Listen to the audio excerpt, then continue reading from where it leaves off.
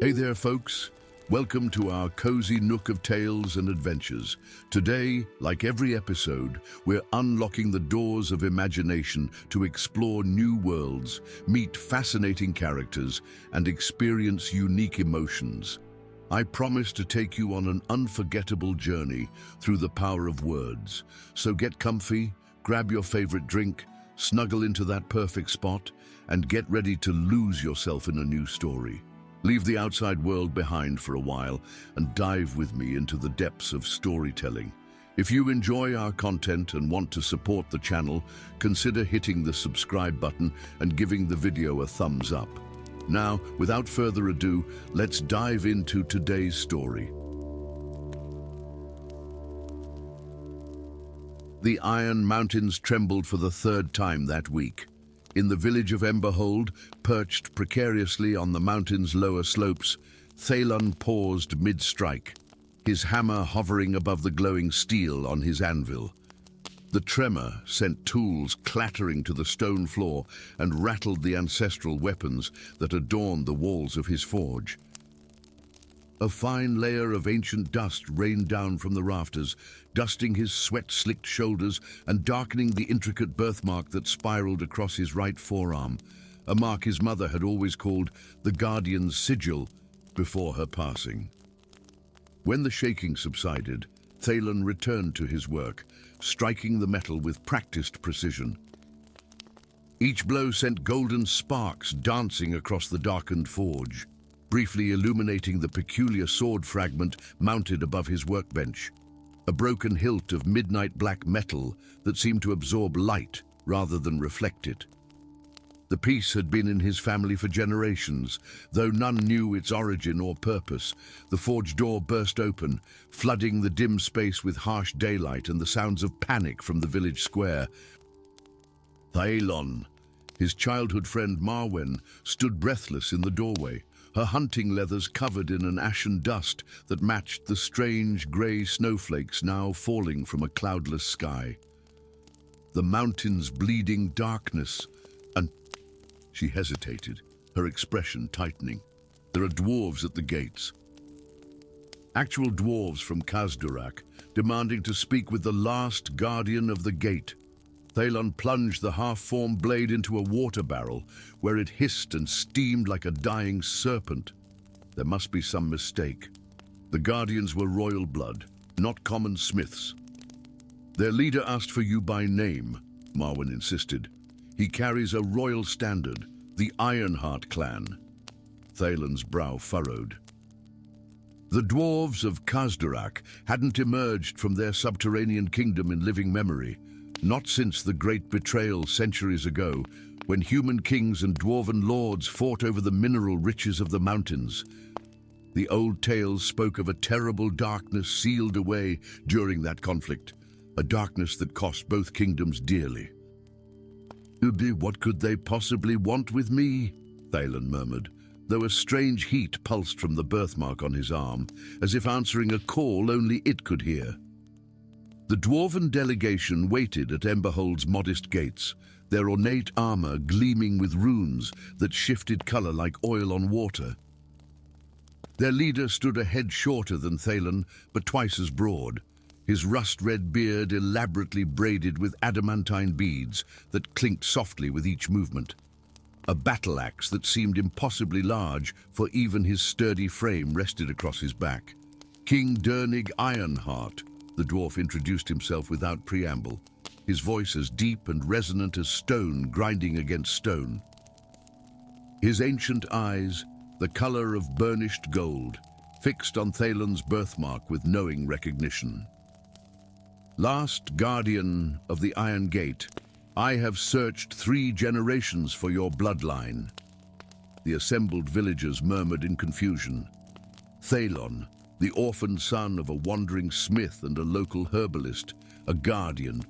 The title belonged to legends, to the royal protectors who once guarded the mythical passages beneath the mountains. "There's been a mistake," Thalon began, but King Dernig cut him off with a raised hand, adorned with rings of office that seemed to weigh his fingers down. "No mistake. The mark you bear is woven into the very stone of our oldest halls. The Dwarf King's expression hardened. But we have no time for your human disbelief. The void fissures beneath Moria widen with each tremor. The ancient enemy stirs. As if summoned by his words, the ground shook again, more violently than before. From somewhere deep within the mountain came a sound like no earthquake, a low, rumbling growl that raised the hairs on the back of Thalen's neck. "What is that?" Marwen whispered, instinctively drawing closer to Thalen.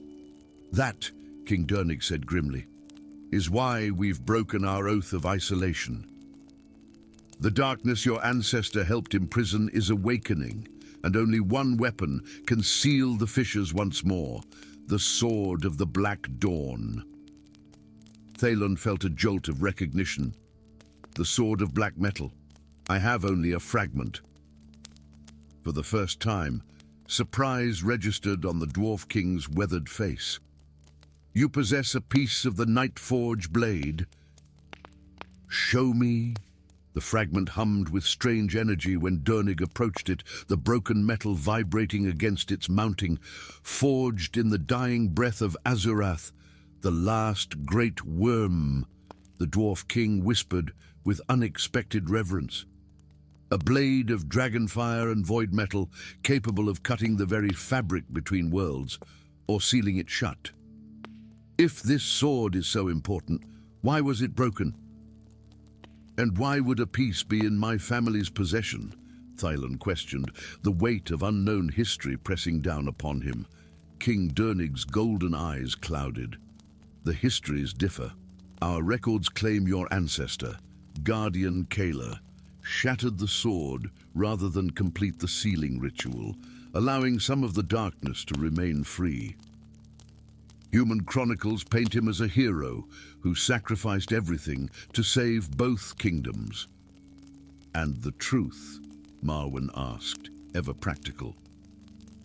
"The truth," Dernig replied, "lies beneath the mountain, in the forgotten halls where the final battle was fought.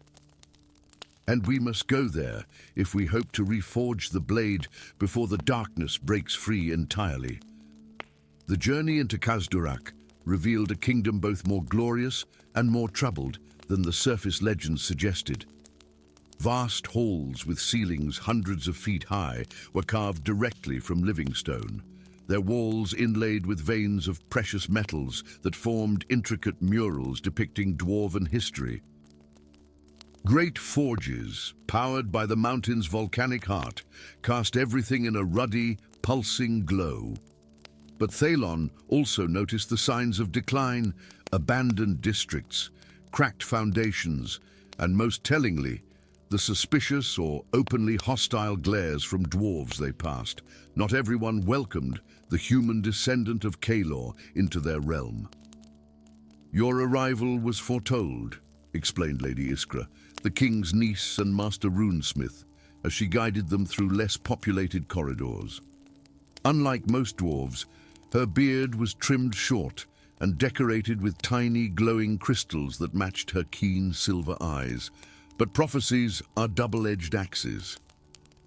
"Some believe you've come to save us. Others think you'll finish what your ancestors started, our destruction." "And what do you believe?" Thalen asked.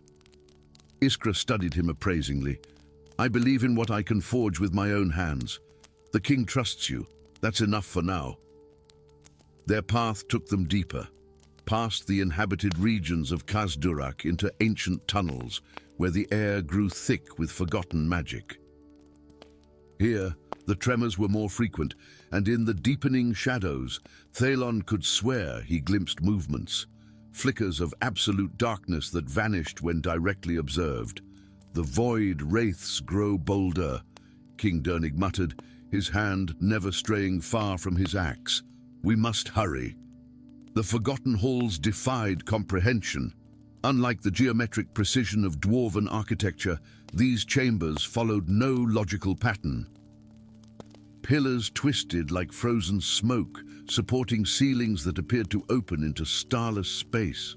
The walls themselves seemed to breathe, subtly expanding and contracting. "This was never meant for mortal eyes," Lady Iskra whispered, inscribing protective runes that glowed bright blue against her skin. And the battle against the void entity warped the very stone. At the center of the largest chamber stood a dais of obsidian, and upon it a forge unlike any Thaylen had ever seen. Instead of fire, a swirling vortex of darkness mixed with points of light like negative stars churned in its heart. "The Night Forge," King Dernig said reverently, "created from Azurath's final flame and the concentrated void energies. Here, your ancestor and mine worked together to create the only weapon that could seal the rifts." Thaylon approached slowly, drawn by an inexplicable familiarity. The birthmark on his arm burned now, the spiral pattern glowing with a blue-white light that matched the defensive runes. "What exactly happened here?" he asked, his voice echoing strangely in the twisted chamber. King Dernig exchanged a glance with Iskra before answering. "The final truth is recorded in the stone codex." He pointed to a wall covered in spiraling text that shifted and rearranged itself as they watched. But few can read the temporal script, which exists in past, present, and future simultaneously. To Thaylen's astonishment, the burning lines of his birthmark extended outward, spreading across his skin like living calligraphy until his entire arm glowed with the same script that adorned the wall.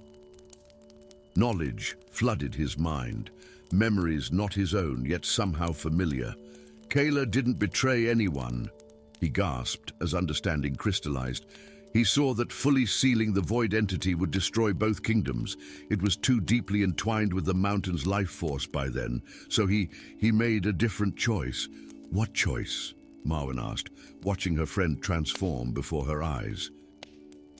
"Balance," Thaylon answered, the glow spreading to his other arm.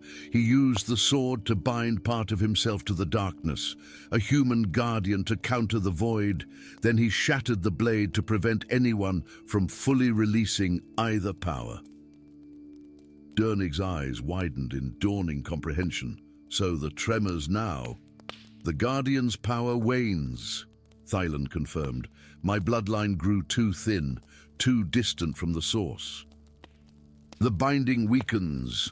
A violent tremor shook the chamber, and from the deepest shadows emerged figures of pure darkness, humanoid shapes with stars where eyes should be.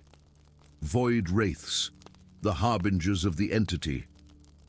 "We must reforge the sword," Iskra shouted over the growing maelstrom as more wraiths poured into the chamber. But even then, someone must renew the binding. Thaylon looked at the fragment he'd carried, then at King Dernig, understanding passing between them. "I'll need the rest of the sword." With grim resolution, Dernig reached into his armor and withdrew a bundle wrapped in ancient cloth. "We've kept it safe, waiting for the true heir of Kayla." Together, they placed the fragments into the Night Forge.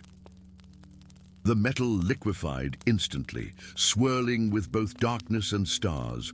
Working with the instinctive knowledge flowing through his illuminated birthmark, Thaylon shaped the blade anew, pouring not just technique, but his very essence into the metal. As Marwen and Iskra fought back the encroaching wraiths, Thaylon lifted the completed sword of the Black Dawn from the forge, a blade of impossible beauty, black as the space between stars, yet etched with constellations that shifted along its length. "Like my ancestor before me," he intoned, the words coming from somewhere beyond himself. "I bind darkness with light, void with substance, ending with beginning." He plunged the sword into the center of the dais, a column of energy, half blinding radiance, half absolute shadow, erupted upward, piercing through the mountain to the sky above. The void wraiths screamed, their forms dissolving as the fissures through which they emerged sealed shut. When the light faded, Thalon remained standing but transformed. Streaks of midnight black now ran through his hair, and one eye had turned as dark as the void, with pinpricks of light like distant stars within. "What happened?" Marwen asked, approaching cautiously. "Did you seal it away?" "Not away," Thalon replied, his voice layered with harmonics that hadn't existed before. "Within. Like Kayla before me, I am now both guardian and gate." He looked to King Dernig. "The darkness is part of me now, as it was part of him, neither fully contained nor fully free." "Then the tremors," Iskra questioned, "will cease, for this generation at least." Thalon turned to the sword, now permanently fused with the dais. But someday, when my descendant stands here, the choice will come again." As they departed the forgotten halls, a new understanding formed between human and dwarf, not the easy trust of allies, but the respectful wariness of those who recognize both the necessity of cooperation and the price of power.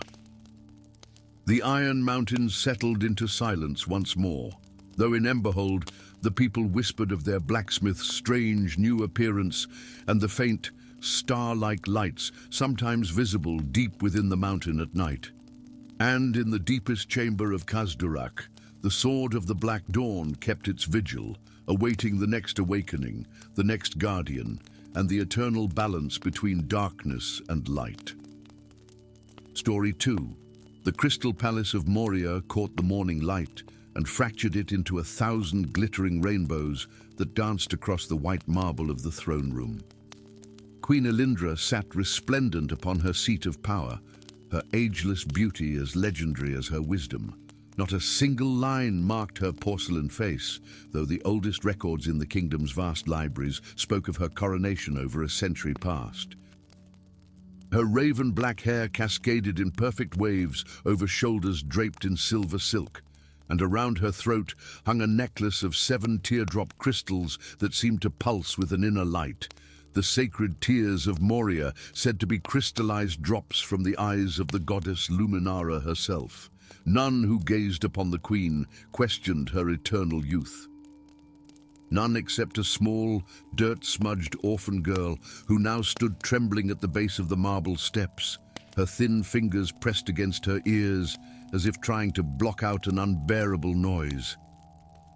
"Make them stop," Lyra whispered, her golden eyes wide with terror as she stared at the queen's necklace. "They're screaming, all of them, trapped, burning." The court fell silent. Queen Elindra's perfect features betrayed nothing, but her hand moved instinctively to touch the central crystal at her throat. "What nonsense does this child speak?" she asked, her melodious voice carrying effortlessly through the vast chamber. Arcane Vornir stepped forward, his midnight blue robes heavy with arcane symbols that occasionally shifted position of their own accord. As head of the Council of Mages, his word carried weight second only to the Queen's. "A street urchin, Your Majesty, caught trying to steal bread in the lower market.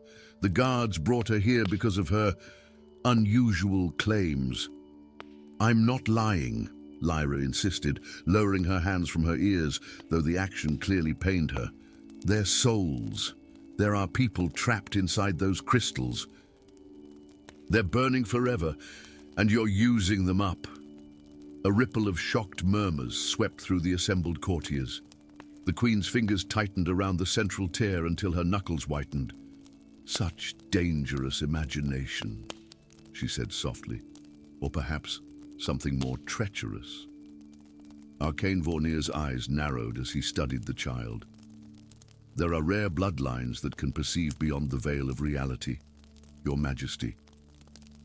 The Whisperborn haven't been seen in Moria for generations, but this could explain the girl's delusions."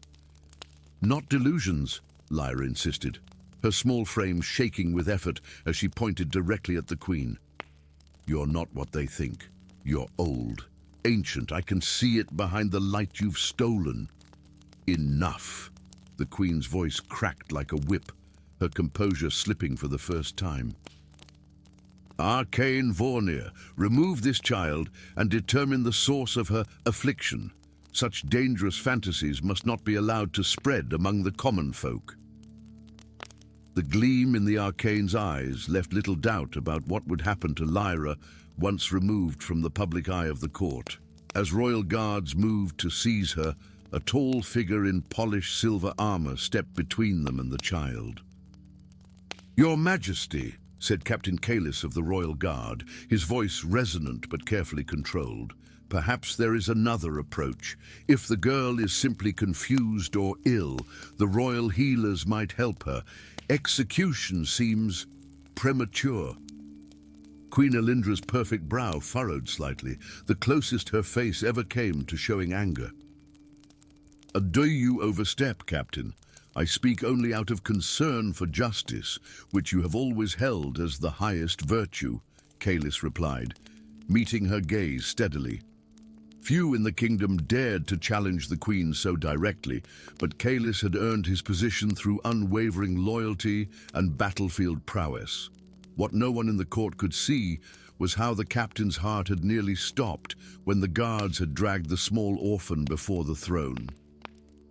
The golden eyes, the stubborn chin, they were so like his sister's, lost 15 years ago during the Night of Crimson Stars, when the Queen's enemies had been purged from the capital.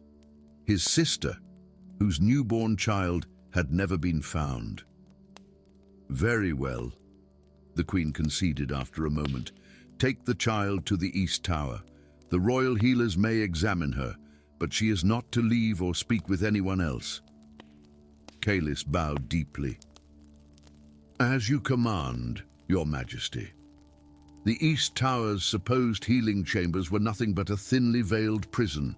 Kalis knew he had bought the girl only hours before Arcane Vornir would come for her under the guise of examination. He had watched too many dissenters disappear into the Arcane's chambers over the years, their screams echoing through the palace walls at night before they were never seen again. "And we must leave now," he told Lyra, entering her chamber after dismissing the guards with a fabricated royal order. "Can you tell me more about what you hear from the Queen's crystals?" Lyra regarded him warily. "Why should I trust you?" "Because I think you might be my niece," Kalis replied honestly, "and because I've suspected something was wrong with the tears for years, but never had proof." The girl's golden eyes widened.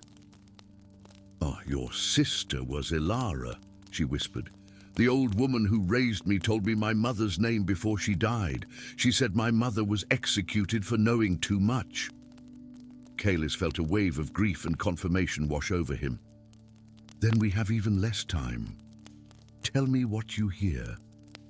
"The tears trap souls," Lyra explained as Kalis gathered supplies. "The Queen consumes them slowly to maintain her youth and power. But there's something else. Something about a bargain made long ago with something from beyond the veil." Before Kalis could respond, the tower trembled.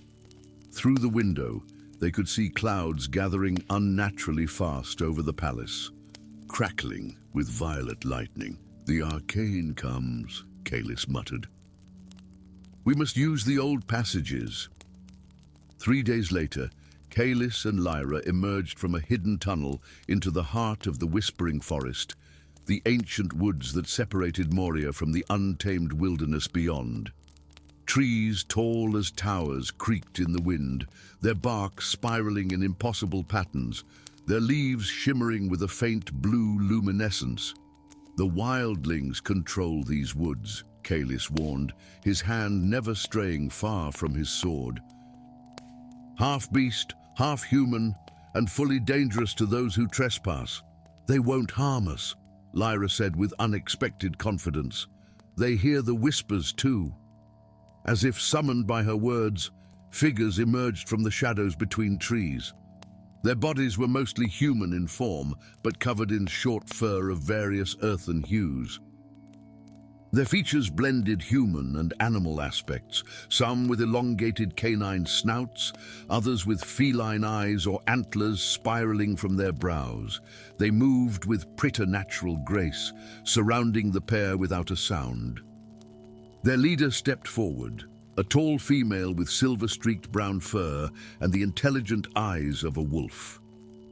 "You bring the whisper child to us," she said, her voice accented but clear. As was foretold, Kalis tensed, but Lyra stepped forward fearlessly. "You know what I am?" "We know what was stolen from us," the wildling leader replied. "I am Silratha, keeper of memories. We have waited generations for one who could hear the cries of our ancestors, trapped in the tears." "Your ancestors?" Kalis questioned. Silratha gestured for them to follow. At the forest's heart stood an ancient tree with a trunk wide enough to house a small village. Inside its hollow core, illuminated by phosphorescent fungi, was a chamber where the history of the wildlings had been carved in spiraling patterns. 300 years ago, Silratha explained, tracing the carvings, Moria was dying from a great plague. Queen Elindra, already old then, made a bargain with entities from beyond the veil. They taught her to crystallize souls into tiers of power. The first souls she took were volunteers, heroes, willing to sacrifice themselves to save the kingdom. "But she didn't stop," Lyra whispered, instinctively understanding. "No." The power became an addiction. When volunteers ceased, she took prisoners, then innocents. When she discovered the souls of our kind, those with magic in their blood, lasted longer, she launched the Great Hunt. Thousands of wildlings were captured and their souls crystallized. "My sister discovered this truth," Kalis realized aloud, pieces falling into place. "That's why she was executed during the purge." Silratha nodded solemnly. "The tears are running dry. The queen grows desperate. Soon she will need new souls with ancient bloodlines." Her gaze fell meaningfully on Lyra. "How do we stop her?" Kalis demanded. The whisper child can free the trapped souls," Silratha explained. "But to approach the queen, you will need the moonstone dagger, the only weapon that can shatter a tear without releasing its power catastrophically." The journey to retrieve the moonstone dagger from its resting place in the caverns of echoing lament was perilous, but with wildling guides and Kalis's combat prowess, they succeeded. The blade itself seemed almost alive, its translucent surface capturing and amplifying the faintest light. Their return to Moria came during the Festival of Lights, when the palace would be open to all citizens. Disguised as nobles from distant provinces, Kalis and Lyra slipped into the grand celebration, the moonstone dagger concealed beneath elaborate robes. In the throne room, Queen Elindra presided over the festivities, her beauty more radiant than ever, but to Lyra's eyes, the illusion had thinned. Behind the facade of youth, she glimpsed a withered crone, her true form partially visible like a shadow behind glass. "She's desperate," Lyra whispered to Kalis. "The central tier is almost empty." "She needs a new soul tonight." As if on cue, Arcane Vornir appeared at the queen's side, whispering in her ear while his gaze swept the crowd. The queen's eyes narrowed, then widened in recognition as they found Lyra. "Now," Kalis urged, drawing his sword as royal guards moved toward them. Chaos erupted in the throne room. Kalis cut a path toward the dais while Lyra followed in his wake. Arcane Vornir hurled bolts of crackling energy that Kalis barely deflected with his enchanted shield. The queen rose from her throne, the tears at her throat pulsing violently. "You cannot stop what was set in motion centuries ago, child," the queen hissed, her voice now layered with multiple tones. "The bargain must be kept, or all of Moria will fall." "There are other ways to save a kingdom," Lyra replied, drawing the moonstone dagger. "Ways that don't consume innocent souls." With a movement too swift for the eye to follow, Lyra lunged forward and plunged the dagger into the central tear at the queen's throat. The crystal shattered with a sound like 1,000 voices crying out in unison. Blinding light erupted from the fragments, and the souls trapped within spiraled upward in streams of luminescent mist. The queen screamed as her true form was revealed, a withered ancient, her skin like parchment stretched over bone. The remaining tears shattered in succession, releasing centuries of trapped souls that swirled around the throne room before dissipating through walls and ceiling. As the last soul freed itself, the queen collapsed, her body rapidly aging the years she had stolen. But instead of turning to dust as expected, she stabilized as a woman of normal advanced years. "The bargain is broken," Lyra said, standing over the fallen queen, "and with it, your power." In the days that followed, the truth of Queen Elindra's long reign was revealed. To the surprise of many, the freed souls had left her enough life to face justice. The Council of Mages was disbanded, with those complicit in the soul harvesting imprisoned. Kalis was named Lord Regent until a new system of governance could be established. As for Lyra, her abilities marked her as something new in Moria, a bridge between humans and wildlings, between the physical realm and the whispers beyond. Under her guidance, the kingdom began the long process of healing ancient wounds and forging a future where power came not from consuming others, but from the strength found in truth and reconciliation. And the Crystal Palace, once a place of hidden horrors, was transformed into the Hall of Whispers, where all voices, past and present, could finally be heard. Story 3.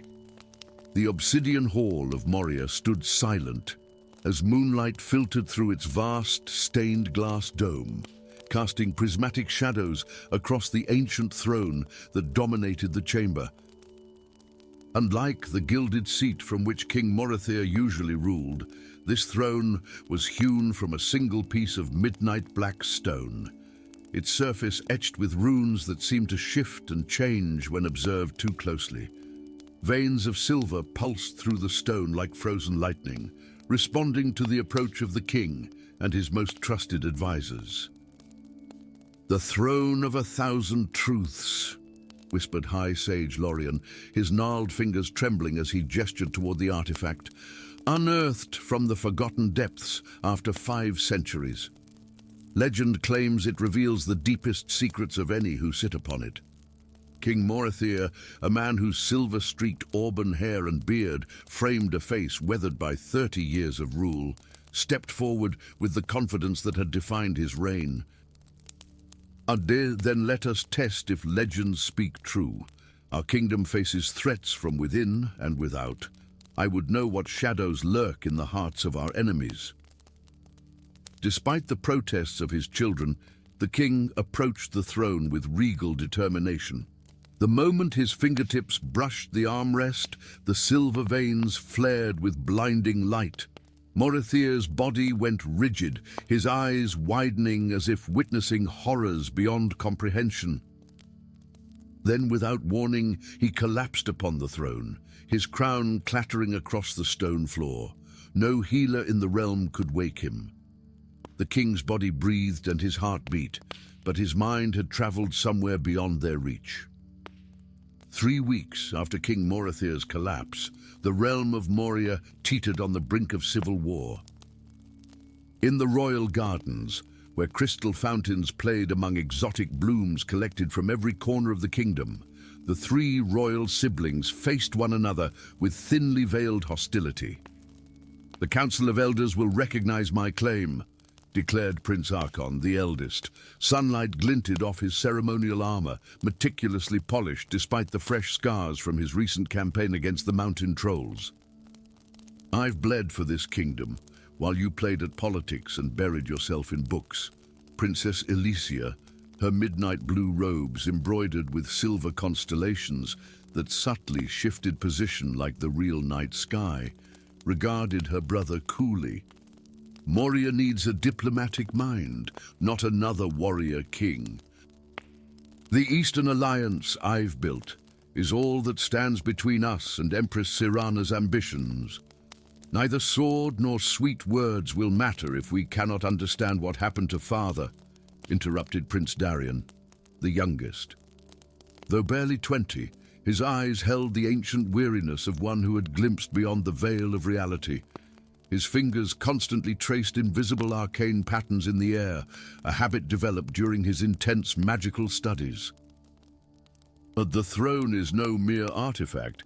It's changing something fundamental in the fabric of our kingdom. More magical nonsense, Arkan scoffed. While you waste time with theories, our enemies gather. My scouts report that Sirana's Crystal Legion marches for our borders, 10,000 warriors forged from living crystal, each bound to her will. Perhaps we would know the truth, Elysia suggested with deliberate calm, if we consulted the one person who truly understands the throne's nature. No!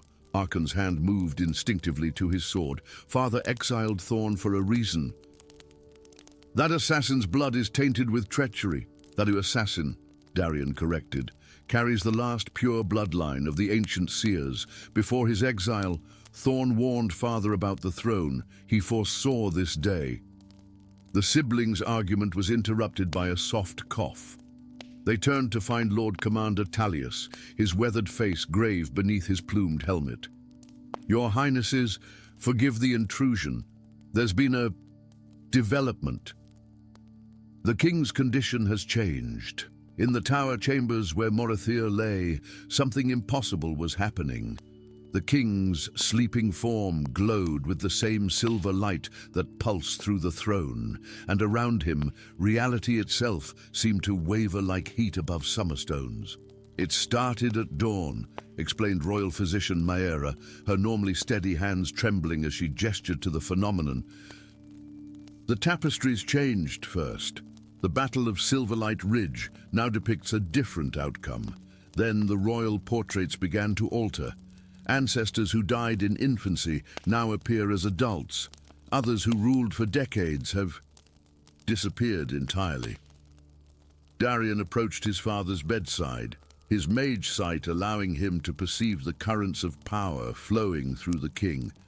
He's not sleeping, the young prince whispered in horror. But he's rewriting. Rewriting what? Demanded Arkan. Everything, history itself.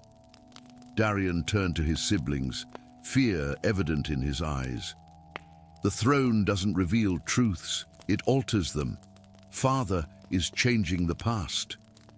But that's impossible, Elysia protested, though the evidence surrounded them as the very stones of the castle subtly shifted, architecture from different eras blending seamlessly as reality reconfigured itself. And we need Thorn, Darian insisted. Now. The Shadowfen marshes existed at the edge of Moria's influence, a place where the veil between worlds thinned and creatures of myth slipped through to hunt unwary travelers. Princess Elysia led her small contingent along narrow paths of solid ground, guided by dim witchlights conjured by her brother. This is folly, Arkan grumbled, his armor inappropriate and cumbersome in the swampy terrain. If the exiled assassin doesn't kill us, the marsh wraiths will. Thorn could have killed father 100 times before his exile, Elysia reminded him. He chose loyalty, even when it cost him everything. A voice emerged from the mist, startling even Darian's magical senses. Not loyalty, princess, principle. There's a difference. The figure that materialized before them seemed more shadow than man. Thorn's face remained partially concealed beneath a hood, but his eyes gleamed with an unnatural amber light, the mark of seer blood. At his belt hung twin curved daggers forged from a metal that seemed to drink in the surrounding light. You're difficult to find, Elysia observed. That's rather the point of exile. Thorn replied dryly. Why risk treason by seeking me out? Father touched the throne of 1,000 truths. Darian explained. He sleeps, but reality changes around him. History rewrites itself hourly. For the first time, Thorn's composed demeanor cracked. Impossible. The throne was sealed away precisely because of this danger. No one who sits upon it merely learns truth. They gain the power to remake it. Then you foresaw this, accused Arkan. I foresaw possibilities, Thorn corrected, including one where Morithia would be manipulated into using the throne by someone who understood its true purpose. His amber gaze fixed on the siblings. Someone close to him. Before accusations could fly, the marsh around them trembled. From the murky waters rose transparent figures, the legendary marsh wraiths, their elongated forms composed of mist and malice. Behind them, advancing impossibly across the unstable terrain, came soldiers formed of living crystal, their faceted bodies catching and fracturing the meager light. Sirana's vanguard, Elysia gasped. How did they find us? The same way I did, came a melodious voice as a figure emerged from between the crystal warriors. Empress Sirana of the Eastern Realms moved with inhuman grace, her body partially crystallized from decades of communion with the ancient power her family had harnessed. I followed the ripples of a changing reality. Quite fascinating to watch history rewrite itself, especially when one remembers the original version. You know about the throne, Darian realized. Of course, little mage. Why do you think I guided your father to find it? Sirana smiled, revealing teeth edged with crystal. My family and Morithia's were once one. Did you never wonder why your histories record us as ancient enemies when no origin for that enmity exists? Because your grandfather erased the truth, that he usurped the throne from my mother. Now, Morithia unknowingly restores the proper timeline, returning Moria to its rightful ruler. Thorn moved with blinding speed, placing himself between the siblings and Sirana. You've manipulated events for decades. The throne doesn't restore truth. It creates the version of history most desired by whoever touches it. A subtle distinction that hardly matters now, Sirana replied as her crystal warriors advanced. The battle through the marshes was desperate and chaotic. Thorn's blades moved with uncanny precision, guided by his ability to see moments before they happened. Arkan fought with the disciplined fury that had made him a legend on the battlefield. Elysia's diplomatic magic created barriers and illusions that confused the enemy, while Darian's raw, arcane power tore holes in reality itself. They fought their way back to Moria's gates as the world continued to shift around them. Ancient towers that had stood for centuries crumbled and were replaced by crystalline spires. Citizens looked up in confusion as their memories realigned with the changing reality. We must reach farther before the transformation is complete, Darian gasped as they raced through corridors that rearranged themselves with each passing moment. In the obsidian hall, they found King Morithia still upon the black throne, but now a crystalline growth spread across his body, slowly transforming him. Beside him stood a spectral version of Sirana, whispering in his ear as he rewrote history.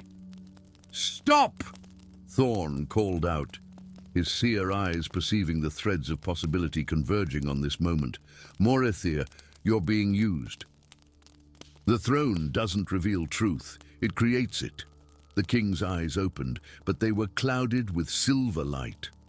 "I'm setting things right," he said, his voice overlaid with echoes. "Restoring what was stolen." "Not restoring, rewriting," Thorn insisted, approaching carefully. The throne shows you what you wish to see, then grants power to make it real.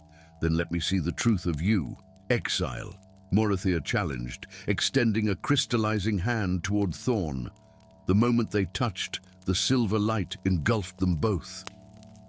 Thorn's seer blood, allowed him to enter the king's vision, to witness the fabricated history Cyrano had planted in Morithia's mind. Together they stood in a realm of pure possibility, where past, present and future existed simultaneously. "Look deeper," Thorn urged, guiding the king's perception, "not at what you wish to believe, but at what truly was." Reality trembled as Morithia finally perceived the manipulation. With a roar of defiance, he rejected the false history, and the throne's power surged outward. The crystalline growth shattered, both on his body and throughout the kingdom. Cyrano's spectral form screamed as it was banished, and the Empress herself, miles away with her army, felt her connection to Moria severed forever. As reality stabilized, the throne of 1,000 truths cracked down its center, its power breaking with the rejection of its purpose. King Morithia stood shakily, supported by his 3 children. "I saw everything. All possible paths." "What happens now, Father?" Alicia asked. The king looked to Thorn, understanding in his eyes. "Now we build a truth worth believing in, together, not by rewriting the past, but by facing it honestly." He placed a hand on the broken throne. "Some artifacts are too dangerous for any one person to wield. The throne sought to make us gods, but our strength lies in remaining human, flawed, truthful, and free to forge our own destiny." Outside the windows of the obsidian hall, Moria gleamed in the morning sun. Not a perfect kingdom, but a real one, where truth was something to be sought rather than imposed, and where the future remained unwritten, waiting for those brave enough to face it honestly. Story 4. Frost crawled like skeletal fingers across the grand windows of Moria's Ember Palace, obscuring the view of a kingdom trapped in winter's merciless grip. Inside the sacred chamber known as the Hearth of Seven, 2 figures stood before a council of stern-faced elders. The smaller silhouette, a young woman with hair the color of dying embers, trembled, though not from the cold that had plagued the realm for a decade. The frozen corpse on the marble floor, his chest cavity grotesquely hollowed where a magical flame once burned, was the 5th bearer to fall in a fortnight. "You understand what this means," intoned Archkeeper Valorian, his ancient face lined with fear, poorly disguised as authority. "You two are all that remain. The last bearers of the eternal flames." Seren, the youngest initiate ever to carry a flame, exchanged glances with Brandor, a grizzled veteran whose once magnificent fire had diminished to a flicker after his disgrace in the Northern Campaign. "Unlikely guardians for a kingdom's last hope. The Soul Collector comes for us next," Brandor stated flatly, his hand unconsciously moving to his chest, where his weakened flame pulsed beneath scarred skin. "Ah, then you must flee," Valorian declared, surprising the chamber into silence, "until we discover how the assassin extracts the flames without triggering their protective magic. You cannot remain in Moria." Seren's golden eyes widened. "But without the bearers, the kingdom will "The kingdom is already freezing," interrupted Councillor Thalia. "We've stretched the remaining flames to warm only the central districts. The outer boroughs have been abandoned for years." Valorian produced an ancient map, its edges blackened as if it had survived a fire. "You will seek sanctuary beyond the Frost-Spine Mountains, among the ice nomads." "The savages who worship winter?" Brandor scoffed. "They're our ancestral enemies. They survived the winter long before we stole." Valorian stopped himself, but not before Seren caught the slip. "Before we were blessed with the eternal flames, perhaps they possess knowledge that could help us." As the council dispersed, Seren approached Brandor in the corridor, her voice low. What did he mean by stole? The veteran bearer's weathered face darkened. "Focus on survival, child. We leave at midnight. The journey through Moria's once verdant farmlands revealed the true devastation of the endless winter. Fields lay buried beneath snowdrifts taller than houses. Abandoned villages stood as grotesque ice sculptures, their roofs collapsed under the weight of accumulated snow. Only their enchanted sleigh, pulled by two pale wolves bred in the royal kennels, made passage possible through the treacherous terrain.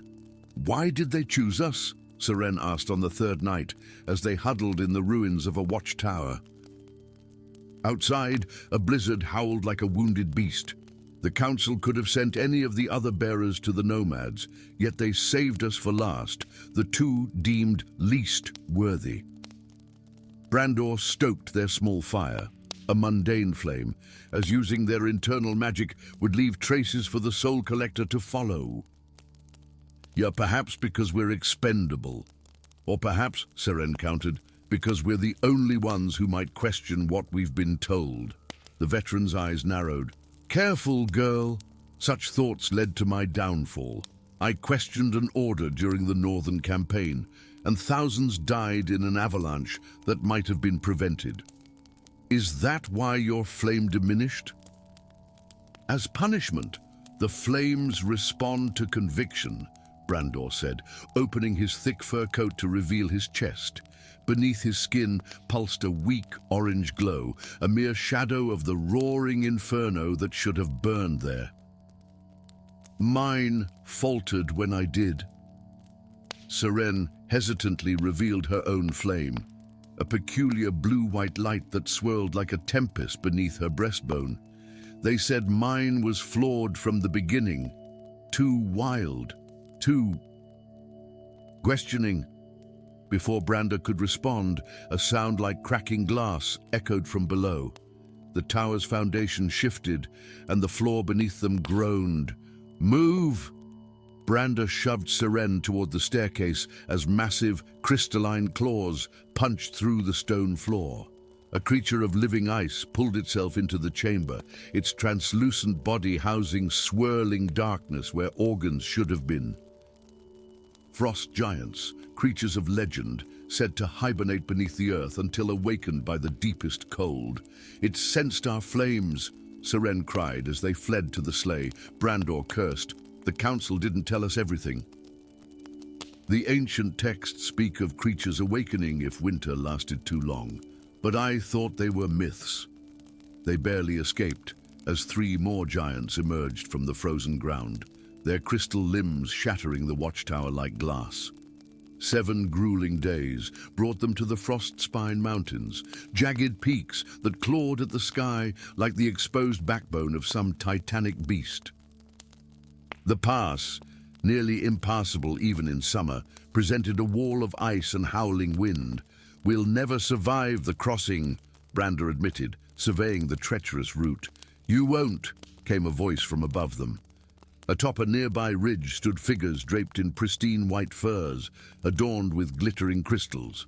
Their faces were partially hidden behind masks of carved bone, revealing only eyes in shades of piercing blue. The ice nomads. Their leader, a tall woman with intricate patterns etched into her bone mask, gestured for them to follow. "I am Iridis, shaman of the Frost Breath clan. We've been expecting flame thieves for generations." The nomads' settlement defied all expectations. Instead of primitive tents, they had constructed an entire city within a massive glacier. Ice had been shaped into soaring domes and intricate spires that caught the meager sunlight and scattered it in rainbow patterns across courtyards where children played, impervious to the cold. Everywhere, blue flames burned in open braziers, providing light but oddly no heat. "How do your people survive without warmth?" Seren asked as they were led to a circular chamber at the heart of the ice city. Iridis removed her mask, revealing a face etched with luminescent markings that pulsed with each heartbeat. "We don't fight the winter. We embrace it. Our bodies adapted centuries ago." "Impossible," Brandor muttered. "No more impossible than carrying fire within your flesh," Iridis countered. a power stolen from us 3 centuries ago by Morian explorers who couldn't comprehend its true purpose. In the center of the chamber stood a pedestal of black ice, within which swirled a spectral blue flame larger than any Seren had seen. Unlike the eternal flames of Moria, this fire seemed alive, watching, judging. The mother flame, Eurydice explained, source of all flames, including those your ancestors took. They believed they were stealing heat, but they stole balance. Brandor's face paled. What do you mean? The eternal flames don't exist to provide warmth, the shaman explained, her voice edged with centuries of resentment. They regulate seasons. When your kingdom removed 7 flames from the mother, you disrupted the natural cycle. Winter was meant to last months, not decades. Seren's mind raced. And then the endless winter isn't a curse, it's a consequence. And now you face a choice, Eurydice continued. The soul collector is no assassin, but an aspect of the mother flame itself, reclaiming what was stolen. 5 flames have returned, 2 remain. Understanding dawned on Seren like a physical blow. If we return our flames, Moria freezes completely. Brandor finished grimly. Thousands will die. But if balance is restored, Eurydice countered, spring will finally come for everyone. That night, Seren found Brandor standing at the edge of the glacier city, staring toward distant Moria, a kingdom whose lights they could no longer see beyond the mountains. We can't sacrifice our people, he said without turning. But we can't continue this theft either, Seren replied. Each year Moria shrinks further, more villages abandoned to the ice. The creatures beneath the ground awaken. This isn't survival, it's slow extinction. Brandor turned, his weathered face resolved. Then we find a third path. The plan they conceived with Eurydice was dangerous beyond measure. The 3 traveled to the highest peak of the frost spine, where the barrier between realms thinned. There, beneath the ghostly aurora that painted the night sky, they performed a ritual that hadn't been attempted since the world's creation. Seren and Brandor released their flames, not into the mother flame as expected, but into the aurora itself. Eurydice channeled the mother flame's power through her body, nearly dying in the process, to forge a connection between the stolen flames and the sky. The aurora flared blindingly bright, then cascaded downward like a waterfall of light, touching every corner of the lands. Where it met the sleeping giants, they dissolved back into the earth. Where it touched frozen fields, the first shoots of green emerged through melting snow. Seren and Brandor collapsed, their bodies suddenly ordinary, neither blessed nor burdened by the flames they had carried. Yet they lived, contrary to the belief that bearers could not survive without their flames. What happens now? Seren asked as they watched the first sunrise in a decade break over Moria. Balance, Eurydice answered. The eternal flames now reside in the sky itself, accessible to neither Moria nor the nomads alone. Winter will come and go as nature intended. Brandor gazed at the distant kingdom. And the bearers' order must become something new, Seren said. Not bearers of flames, but keepers of balance. A bridge between our peoples. As if in answer, the first snowmelt began to flow down the mountain, a river awakening after a decade-long slumber, carrying the promise of renewal to all lands below. The endless winter had finally broken, not through conquest or power, but through sacrifice and the wisdom to recognize that some flames burn brightest when finally released. Story 5. Deep beneath the towering spires of Moria, where sunlight filtered through hidden crystalline shafts to touch soil unseen by common eyes, bloomed the most sacred secret of the realm. The Garden of Destinies existed in a vast cavern where time itself seemed to flow differently, a place where the fate of every soul in Moria took root, grew, and eventually withered. luminescent moss clung to ancient stone walls, casting an ethereal glow across thousands of flowers, each one representing a single life, their stems intertwining in patterns more complex than the most intricate tapestry. For centuries, the weavers of destiny had tended this garden, an order of women chosen not by birth, but by the garden itself, when certain flowers would inexplicably bloom in shades of silver, marking a child as one who could perceive the language of destiny. These women alone could interpret the twisting patterns, reading the future of the realm in the way stems crossed and petals unfurled. Grand Weaver. Lysandra stood motionless among the blossoms, her silver-streaked dark hair cascading down her ceremonial indigo robes. Today should have been her triumph, the coronation of Prince Aldrich, whose destiny she had carefully nurtured since his birth. His flowers, an unusual cluster of 7 blooms representing the fractured aspects of his soul, had been the most promising the garden had produced in generations. Impossible, she whispered, staring at the withered black remains of Aldrich's once vibrant cluster. No flower had ever died so suddenly in the garden's history. Death was gradual here, petals falling one by one as a person aged. But Aldrich's flowers, all 7, had blackened simultaneously mere moments ago, their stems contorting in agony before shriveling to ash. The distant echo of horns followed by screams reached her, even in this secluded sanctuary. She knew without seeing, Prince Aldrich was dead on his coronation day. The sacred door to the garden burst open. Guards in royal purple livery stormed in, their boots desecrating ground that had known only the soft steps of weavers for centuries. "Grand Weaver Lysandra," announced Captain Doran, his face twisted with grief and rage. "By order of Queen Regent Alestia, you are charged with treason and the murder of Crown Prince Aldrich through forbidden magics." Lysandra's eyes widened. "This is madness, Captain.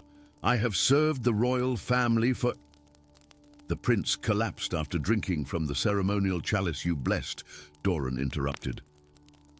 "And it is known that only a weaver could kill someone by attacking their flowers directly." As guards advanced, a shadow detached itself from behind a column of luminescent stone. A man appeared beside Lysandra with startling speed, his weathered face partially hidden beneath a hood. "Time to leave, Weaver," he said, drawing twin curved blades. "Kalen," she breathed. The notorious mercenary's presence shocked her more than the guards. "What are you doing here?" "Repaying a debt," he replied curtly, before throwing something to the ground that erupted in blinding light and acrid smoke. 3 days later, Lysandra huddled beside a small fire in the whispering woods, the twisted ancient trees offering protection from both elements and pursuers. Across the flames sat Kalen, methodically sharpening one of his blades, the rhythmic scrape of stone against steel breaking the forest's eerie silence. "Why help me?" she finally asked. "What debt could a man like you possibly owe to a weaver?" Kalen's hands stilled. His eyes, an unusual shade of amber, reflected the firelight as he studied her. 27 years ago, a weaver named Sibylla visited a condemned man in his cell, he said flatly. She told him his flower in the garden had an unusual pattern, one that intertwined with a silver bloom. She commuted his execution because the garden showed his destiny was linked to something greater. Realization dawned on Lysandra's face. "You were that man. Sibylla was my mentor. And now her apprentice needs help," he said, resuming his sharpening. "Though I suspect there's more to the prince's death than simple poisoning." Lysandra's fingers instinctively reached for the small pouch hidden in her robes, containing soil from directly beneath Aldrich's flowers. "There is."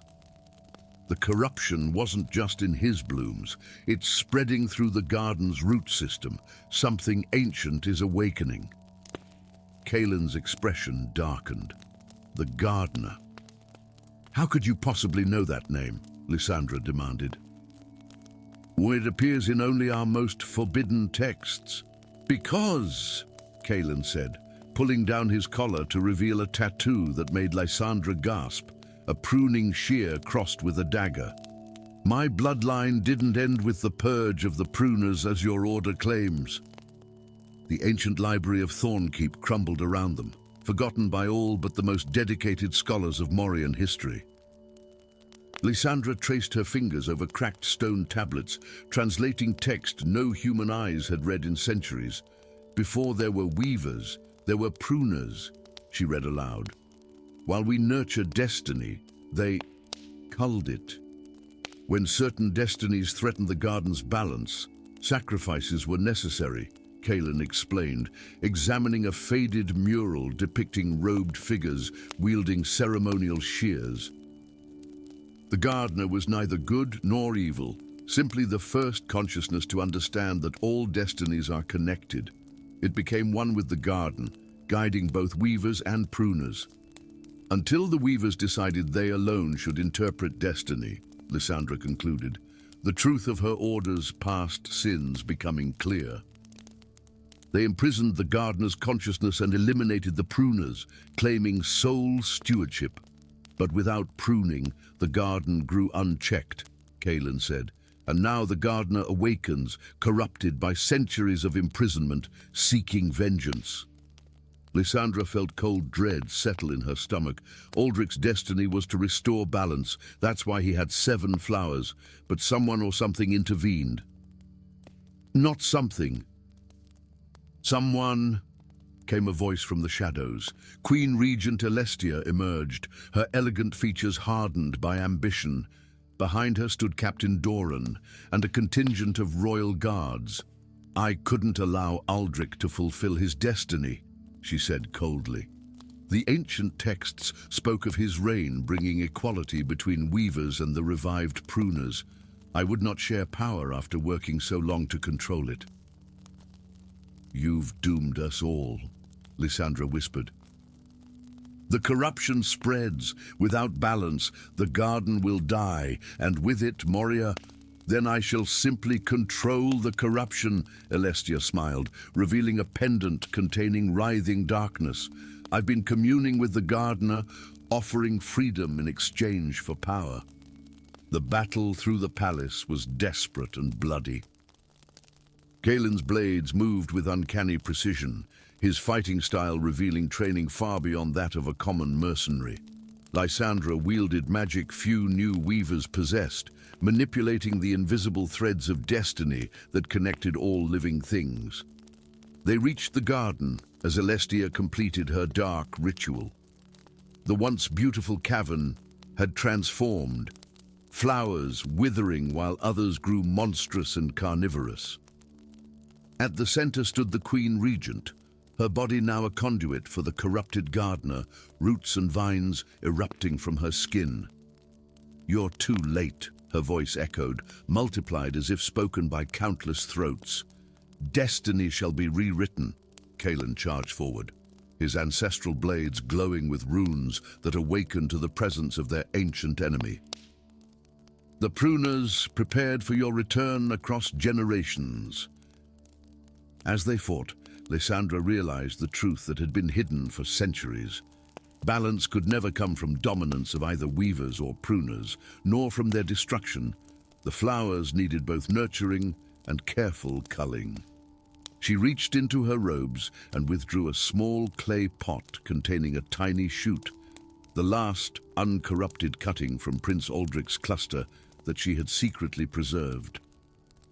"Oh, Kaelin," she called out, "we need to plant it at the heart." Understanding instantly, the last pruner carved a path through writhing vines toward the garden's center, where a corrupted black mass pulsed like a malevolent heart.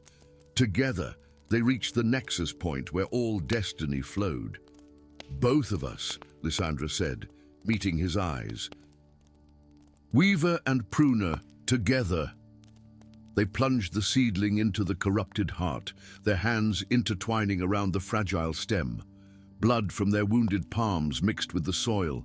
The garden trembled as destiny itself rebalanced. A blinding light erupted from the seedling, expanding outward in a wave that restored corrupted flowers and burned away malevolent growth. The gardener's scream, voiced through Celestia, echoed throughout the cavern before fading to silence. When vision returned, Celestia lay unconscious but alive. The darkness purged from her body. Where Lysandra and Kaelin had planted the seedling now grew a sapling unlike any ever seen in the garden, half its flowers silver, half gold. The true heir, Lysandra whispered in awe. Aldrich's legacy, Kaelin agreed, but not Aldrich himself. The sapling's roots extended outward, creating new patterns of intertwining destinies. Among them, 2 mature flowers, one silver, one gold, grew with stems completely wrapped around each other. It seems our destinies were always meant to restore balance, Lysandra said, looking at Kaelin with new understanding. Well, not just restore it, he replied, gazing at the transformed garden where new buds were already forming, but maintain it together. Above, in the palace, a baby's cry pierced the night. A child born at the exact moment of restoration, bearing a birthmark of intertwined silver and gold vines, the future of Moria taking root in balance at last. Story 6. Blood glistened on the twilight sword as it was lifted from the pedestal, its obsidian blade drinking in the moonlight that streamed through the cathedral's stained glass. The hooded figure who claimed it paused only briefly, savoring the weight of destiny in their hands, before vanishing into shadows that seemed to bend unnaturally around them. Leagues away, Sir Rowan Blackthorn awoke with a gasp, the phantom pain of execution still burning around his neck. 5 years had passed since the night they'd stripped him of his crimson cloak and named him Kingslayer, yet the dreams remained as vivid as the moment the royal blood had splashed across his armor, blood he had never spilled. The tavern room stank of stale ale and broken promises. Rowan's weathered hands, once consecrated to the service of Moria's crown, now trembled slightly as he reached for the flask beside his bed. The bitter liquor did little to wash away the memories of what he had once been. Knight Commander of the Crimson Order, the King's own shield, a legend forged in the crucible of the Frostfire Wars. Now he was merely a sword for hire haunting the borderlands, taking contracts that kept him moving, kept him from dwelling too long on the life stolen from him. The irony was not lost on him. He who had never betrayed his oath was now trusted only by those desperate enough to pay for his tarnished blade. Dawn had barely broken over the jagged teeth of the Spine Ridge Mountains when a knock came at his door. Rowan's sword was in his hand before the sound faded. "I'd enter," he growled, slowly. The door creaked open to reveal not the expected debt collector or vengeful kin of some slain opponent, but a figure swathed in robes of midnight blue, face hidden beneath a deep cowl adorned with silver constellations. "Sir Rowan Blackthorn," the visitor said, voice neither male nor female, but something ethereal that seemed to resonate from the very air. "The twilight sword has been stolen." Rowan lowered his blade, but not his guard. "And what concern is that to a disgraced knight? The royal sanctum's treasures are no longer my responsibility." "The sword's theft is merely the beginning," said the stranger, drawing back their hood to reveal features both ageless and alien, skin like polished alabaster, eyes filled with swirling galaxies. "I am Elindra, guardian of the Veil, and I come because only you can prevent what follows." "You have the wrong man," Rowan said, turning away to gather his meager belongings. "I am not welcome in Moria. The border wardens have orders to take my head."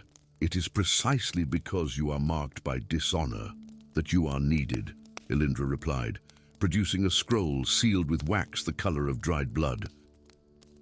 The Twilight Sword is one of 7 sacred relics forged to bind Mordrail, the imprisoned god. Alone, it can open the path to the Forbidden Lands, where the other 6 remain hidden. Together, they can shatter the chains that have held Mordrail since the founding days. Rowan's bitter laugh filled the small room. And the noble knights who saw me condemned would rather trust a Kingslayer than undertake this quest themselves. They cannot, Elindra said simply. The Forbidden Lands can only be traversed by one who bears the mark of a great injustice. The innocent cannot pass its threshold. The truly guilty would be consumed. But you, falsely accused yet bearing the weight of shame, you are the key. Before Rowan could respond, another figure slipped through the door, smaller, hooded in crimson, moving with the grace of one trained in the royal courts. "The Guardian speaks the truth, Sir Blackthorn," said a voice that froze Rowan's blood. The newcomer lowered her hood, revealing features that were hauntingly familiar, the same proud chin, the same piercing grey eyes that had once judged him from the throne. "Lady Seraphina," Rowan whispered, instinctively dropping to one knee before catching himself and rising with a scowl. "You should not be here.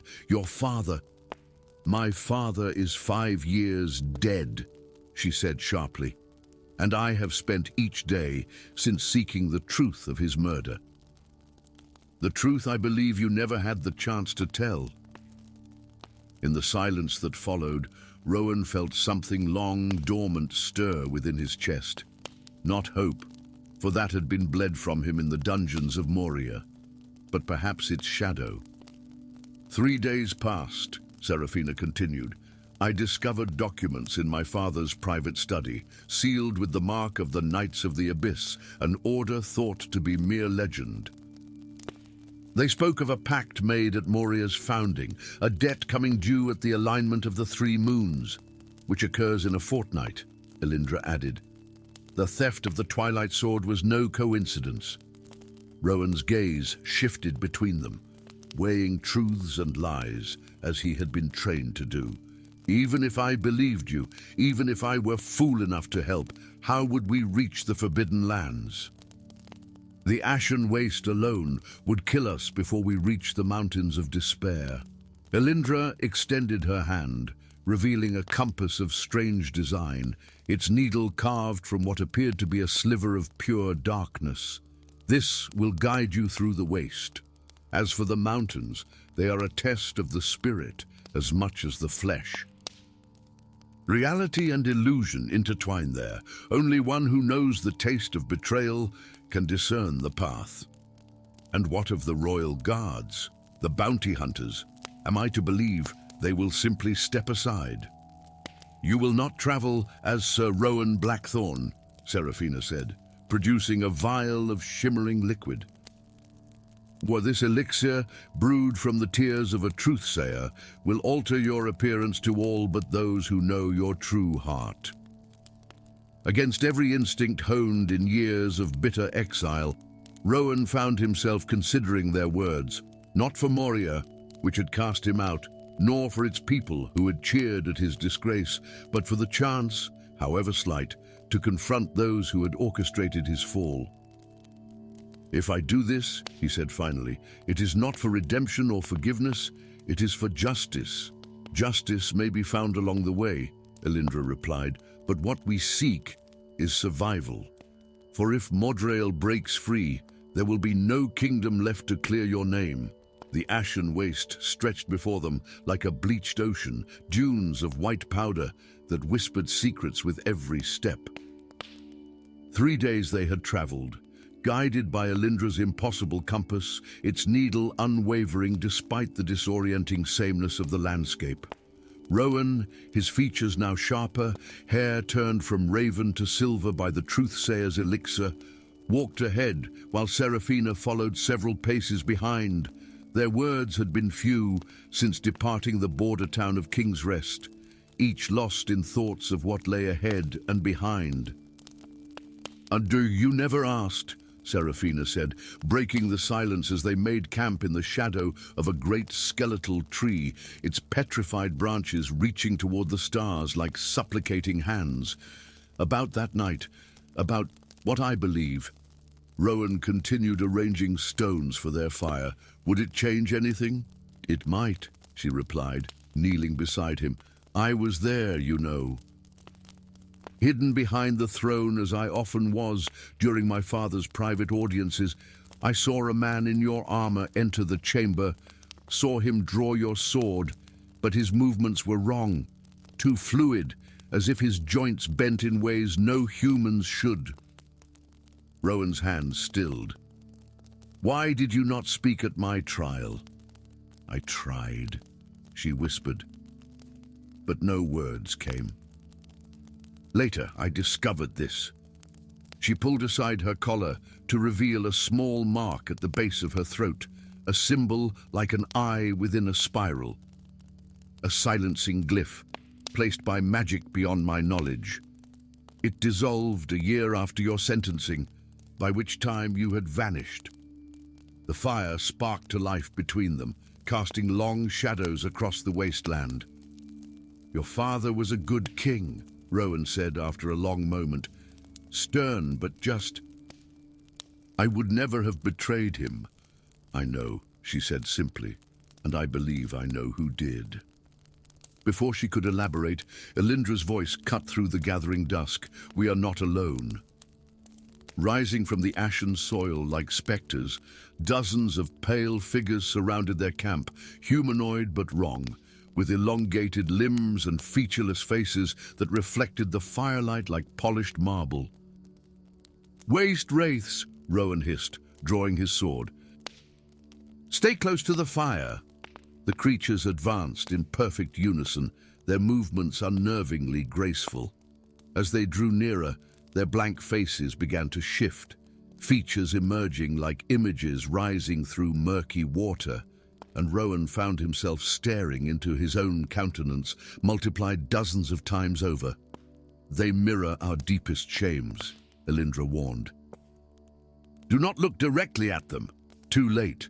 Seraphina had already locked eyes with one of the wraiths, her face draining of color as it approached her, now wearing the visage of King Orion himself. Father, she whispered, reaching toward it. Rowan lunged, pulling her back as the wraith's hand elongated into a blade of crystalline bone. It's not him. The wraiths closed in, hemming them against the petrified tree. Rowan's blade sliced through the nearest creature, its body dissolving into ash, only to reform moments later. We cannot fight them, Elindra called, pressing her hands against the ancient trunk. The tree, it's a doorway, one of the old paths. As if responding to her touch, the petrified wood began to glow with faint blue light, symbols appearing along its length like awakening stars. Oh, hold them off, she commanded, her eyes beginning to swirl with the same cosmic light as the runes.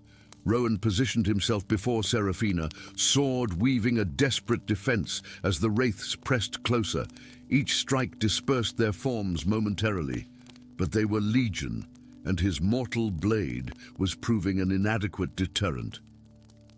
Behind him, Elindra's voice rose in a language that seemed to bend the very air, the runes on the tree flaring in response. A hollow opened in the trunk, revealing not the other side of the wasteland, but a vista of jagged peaks shrouded in mist. The mountains of despair. Now! Elindra shouted. Through the portal! Seraphina stumbled through first, followed by Elindra. Rowan backed toward the opening, still fending off the increasingly frenzied wraiths. As he crossed the threshold, the last creature lunged forward, its features resolving into those of King Orion, eyes filled with accusation. Traitor! It hissed in a voice that crawled along Rowan's spine like ice. The portal sealed shut as Rowan fell backward onto a rocky slope, the wraith's final word echoing in his mind. Above them loomed the impossibly steep peaks of the mountains of despair, their summits lost in clouds that swirled with unnatural purpose. "We've entered the realm of the Knights of the Abyss," Elindra said gravely. "From here, the path will test more than your sword arm, Sir Blackthorn. It will test the very truth you hold within your heart." Seraphina helped Rowan to his feet, her expression resolute despite the fear evident in her eyes. "Then let us discover this truth together, for my father, for your honor, and for Moria." As they began their ascent into the mist-shrouded mountains, Rowan felt the weight of the crimson cloak he no longer wore, a phantom burden of duty not yet discharged. Whatever awaited in the citadel of fallen stars, he would face it not as the disgraced knight he had become, but as the man he had always been beneath the armor, a guardian of oaths that transcended even the betrayal of kings. The path wound upward into swirling mists that seemed to whisper with voices from his past, comrades who had turned their backs, crowds who had jeered as he was stripped of rank, the king's final gasp that he had not been present to hear. Yet for the first time in 5 long years, Sir Rowan Blackthorn walked with purpose toward a horizon that promised not redemption, perhaps, but something equally precious, the truth. And in the shadow of the mountains of despair, truth was a weapon more powerful than any mythical sword.